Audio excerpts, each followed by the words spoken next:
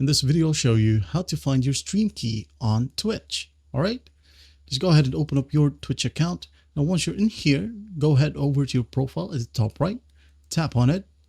And here, you're going to want to select Creator Dashboard. All right, tap on it. Now, once you're in here, go ahead and locate the settings, which is right here. Tap on it. Now, in the drop down, select Stream. Click. Now, in here, as you can see, the first option right here is the stream key or your primary stream key. When you click on Show, you'll be able to see your stream key. All right. But if you wanted to just copy it, just go ahead and click on Copy.